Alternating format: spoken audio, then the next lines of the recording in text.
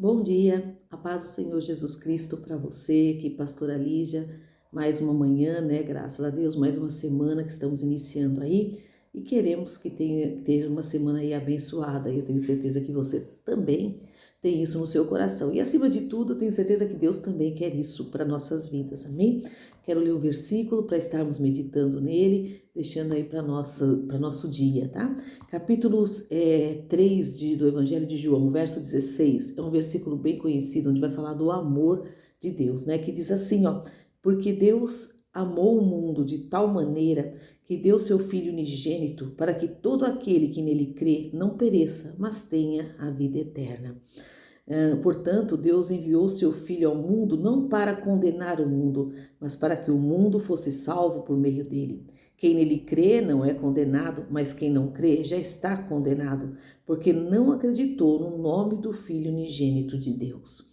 Nós vemos aqui um versículo que nos explica, né, um pouco desse amor de Deus por nós, né? Nós fomos criados por Deus, embora nós tenhamos desobedecido a Deus ali com relação ao pecado, Deus não desistiu de nós, né? Deus continuou nos amando e continua nos amando. E ali o Senhor, então, ele estabelece uma maneira, um plano de salvação para a nossa vida. E esse plano incluía a vinda de Cristo, né? Que é Deus encarnado, que viria como ser humano e como Deus também, né? Logicamente, mas que ele viria para viver no nosso meio e para nos mostrar ou demonstrar esse amor de Deus por nós. Então, quando nós olhamos para Jesus, Jesus é a expressão do amor de Deus. Jesus mostra como é Deus, né? Às vezes nós temos uma imagem de Deus um pouco distorcida, né? Às vezes nós pensamos que Deus é um Deus bravo, é um Deus violento, é um Deus que usa o seu poder para destruir, porque quando a gente lê muitas das vezes o Antigo Testamento, né, e a gente vê as maneiras como as coisas eram tratadas, dá a impressão que a gente tem ali um Deus que não estava muito preocupado com a questão do ser humano, não, mas estava mais preocupado com a questão da lei, né, moral do que com o ser humano. Mas a verdade é que não é isso, né?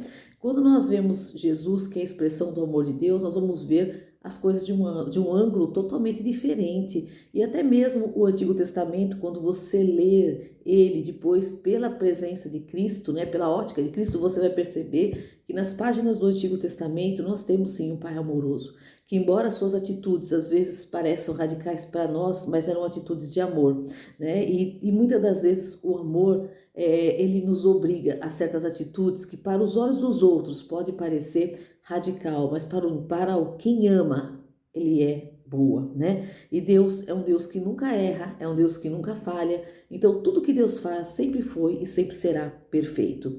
E Jesus, quando ele veio, que ele encarnou e viveu entre nós, esse já foi uma expressão de amor imensa, porque um Deus todo-poderoso que nunca tinha sentido fome, sede, dor, nada, ele se sujeita a viver num corpo humano como o nosso, né? Que tem dores, que tem fome, que tem problemas, que sente depressão, que sente, não estou dizendo aqui que Jesus teve depressão, mas que sente angústias, que sente que tem os males aí na sua vida, né? Jesus, como Deus, nunca tinha passado por isso, mas como ser humano, algumas das nossas mazelas ele experimentou, né?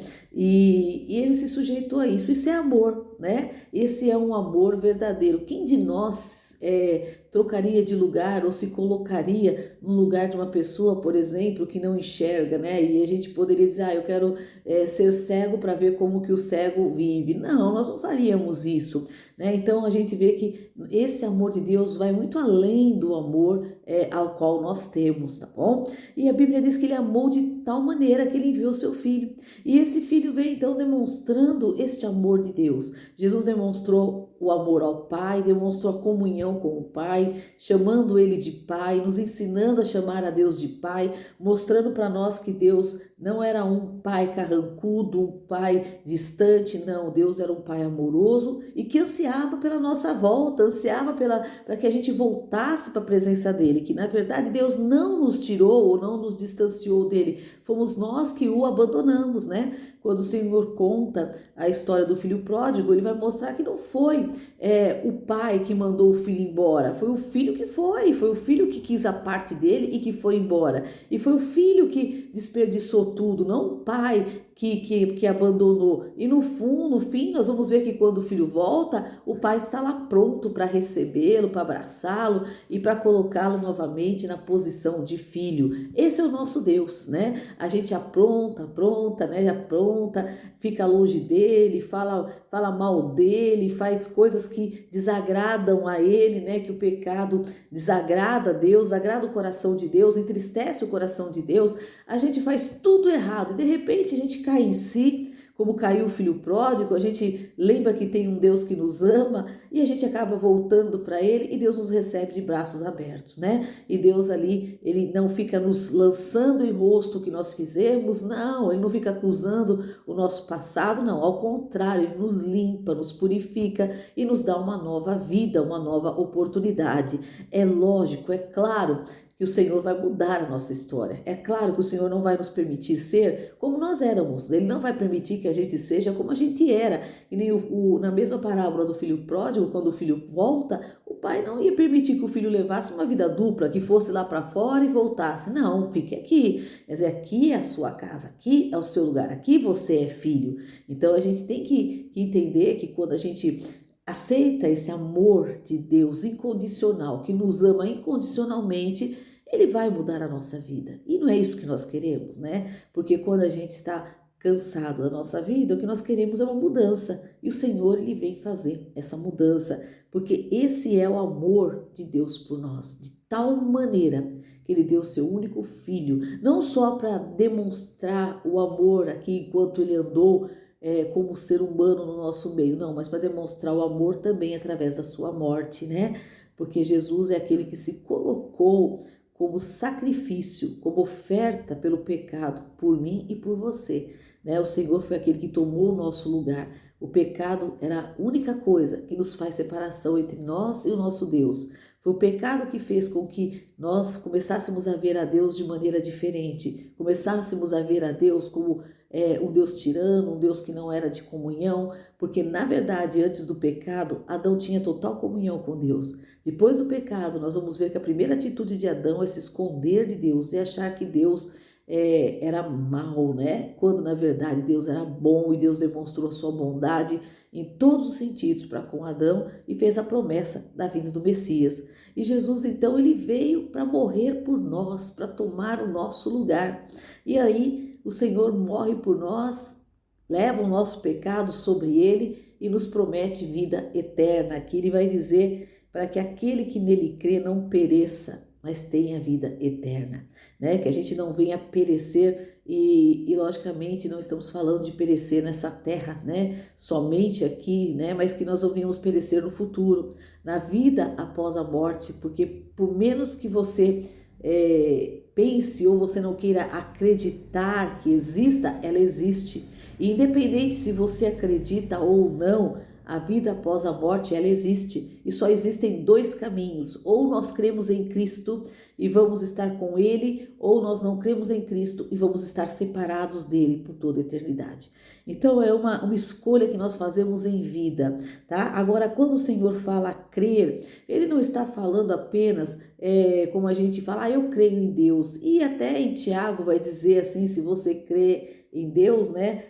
Até os demônios creem e estremecem. Quer dizer, não é o fato de simplesmente eu crer e dizer que Deus existe, não é o fato de não somente eu crer, mas aceitar o amor de Deus sobre a minha vida, caminhar com o Senhor, ficar na casa do Pai, ficar na presença de Deus. Não é simplesmente dizer eu creio, mas eu estou vivendo no mundo, ou estou fazendo os prazeres do mundo, e de vez em quando eu falo que Deus existe no mundo. Não é isso, é viver na casa do Pai. Pai, é viver na presença de Deus. E quando eu falo na casa, não estou falando simplesmente de igreja, tá, irmãos? Porque às vezes a gente confunde isso achando que estar na igreja é estar na presença de Deus. E muitas das vezes tem gente que está na igreja e não está na presença de Deus. Embora a igreja é necessário, é uma ordem de Deus que a gente se reúna, que a gente congregue, que a gente tenha comunhão, intimidade com os nossos irmãos, mas a verdade é que nós precisamos estar na presença do Pai.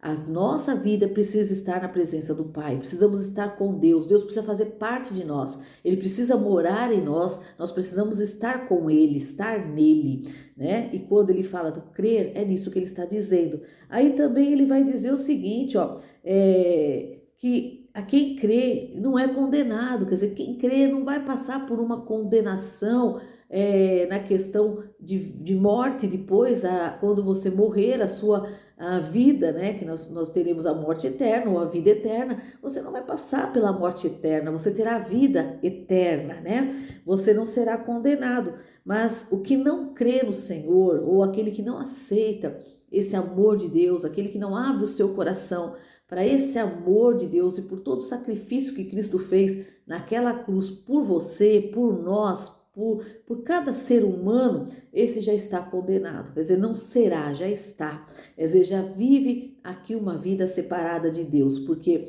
sem Deus não há, sem Jesus, na verdade, não há comunhão com Deus, né? Sem o perdão de Cristo não há comunhão com Deus.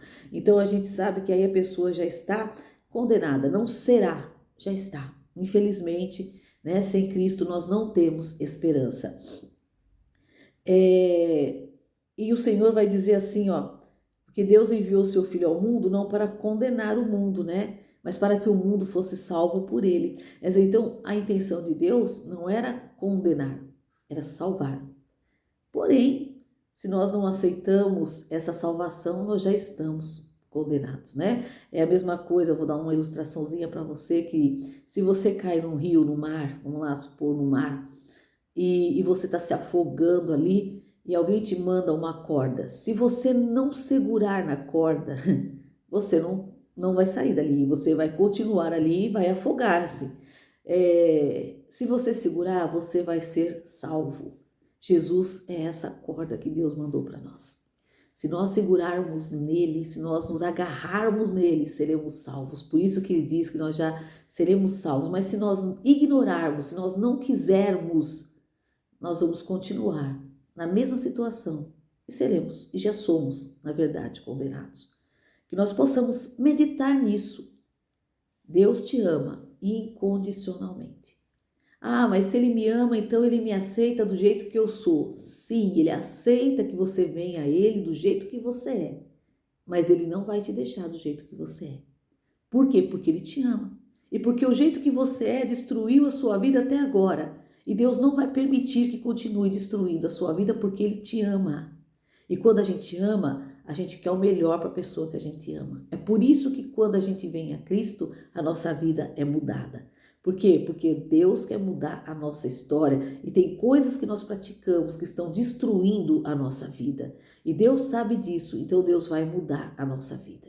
Então entenda isso, venha assim, com a maneira como você está. Às vezes eu vejo as pessoas, né, que muitas das vezes falam assim, um dia eu vou, mas primeiro eu vou parar do meu vício, primeiro eu vou parar de fazer isso, de fazer aquilo, depois eu vou. Primeiro que você não vai conseguir parar nada sem Deus, então você nunca vai.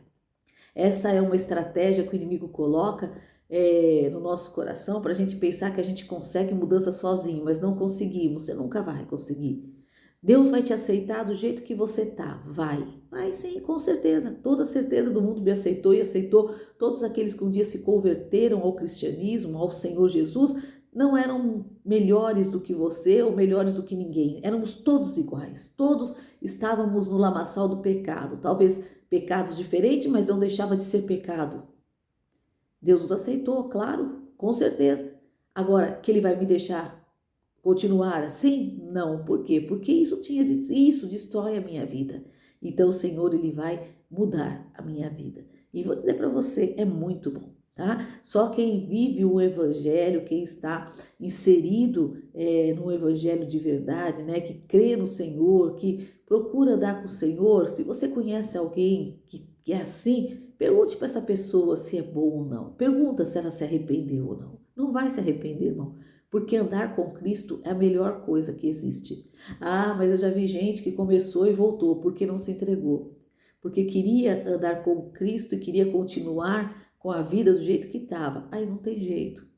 Aí não consegue mesmo, porque não é assim que as coisas funcionam. Mas aqueles que verdadeiramente entregaram sua vida ao Senhor Jesus tiveram mudança. E garanto que não se arrependem. Fariam tudo de novo se fosse preciso. Porque o Senhor é a única segurança que nós temos nesse mundo. É a única esperança que nós temos nesse mundo. É o segurança, é a esperança, é o nosso auxílio, é aquele que está conosco, aquele que nos ajuda, aquele que nos fortalece. O Senhor é aquilo que nós precisamos, é o alicerce seguro que nós temos. E eu estou te oferecendo isso nessa manhã. Eu não, Deus. Eu só estou aqui te dizendo um versículo, mas Deus está te oferecendo uma corda. Deus está te oferecendo uma saída. Deus está te oferecendo o amor dele, que é incondicional. E talvez você esteja aí se afogando no mar da amargura. Aceita isso. Pega firme com Cristo, segura e não larga mais. E deixa Deus transformar a sua vida. Amém? Deus nos amou de uma maneira totalmente especial. E isso é muito bom, né? Isso é uma segurança que nós temos. Então, se você ainda não conhece o Senhor Jesus, abra o seu coração para Ele. Deixa Ele entrar na sua vida e você vai ver como as coisas vão mudar. E se você já conhece, mas está brincando aí ainda, né? Está com um pezinho lá, um pezinho cá, toma uma decisão, meu querido. Uma hora é necessário que você tome essa decisão e não espere que as coisas compliquem para que você faça isso. Faça enquanto você pode. Mesmo porque nós lutamos contra uma coisa que nós não temos domínio, que é a vida. A salvação só é para essa vida, enquanto estamos vivos. Depois não há escolhas a fazer. E o duro é que nós não sabemos o dia que vamos. Nós não sabemos o dia a qual nós iremos partir dessa terra, né? A gente espera não ir. A gente espera envelhecer. A gente espera que o tempo que demore, que se cumpram os nossos propósitos. Mas a verdade é que nós não sabemos, né? Nós dependemos, a vida não depende de nós, né? Às vezes a gente fala assim, mas eu tô saudável, fiz todos os exames, estou saudável. Quantas pessoas saudáveis morreram? Quantas pessoas que não tinham nada, do nada, tiveram um infarto e partiram? Então não dá pra gente dizer, garantir, porque temos uma boa saúde, que vamos viver muito. Não dá. A vida não pertence a nós, ela pertence a Deus. Então nós temos isso que não está muito a nosso favor. Já não sabemos o dia da nossa ida. E lembrando que as nossas decisões têm que ser tomadas enquanto estamos vivos. Então não adie para amanhã. Não deixe para depois. Aceite o amor de Cristo. Aceite o Senhor Jesus na sua vida. E deixa Ele ser o seu Senhor. Deixa Ele mudar a sua história. Aí sim você vai viver com segurança. Porque mesmo que você não saiba o dia que você vai partir, mas você sabe que tem uma vida eterna te esperando. Você sabe que tem algo lá do outro lado que está te aguardando. E lá as coisas são bem diferentes daqui. Amém? Que Deus aí abençoe você, te dê um dia abençoado, um dia de vitória aí, em nome do Senhor Jesus. Um bom dia para você.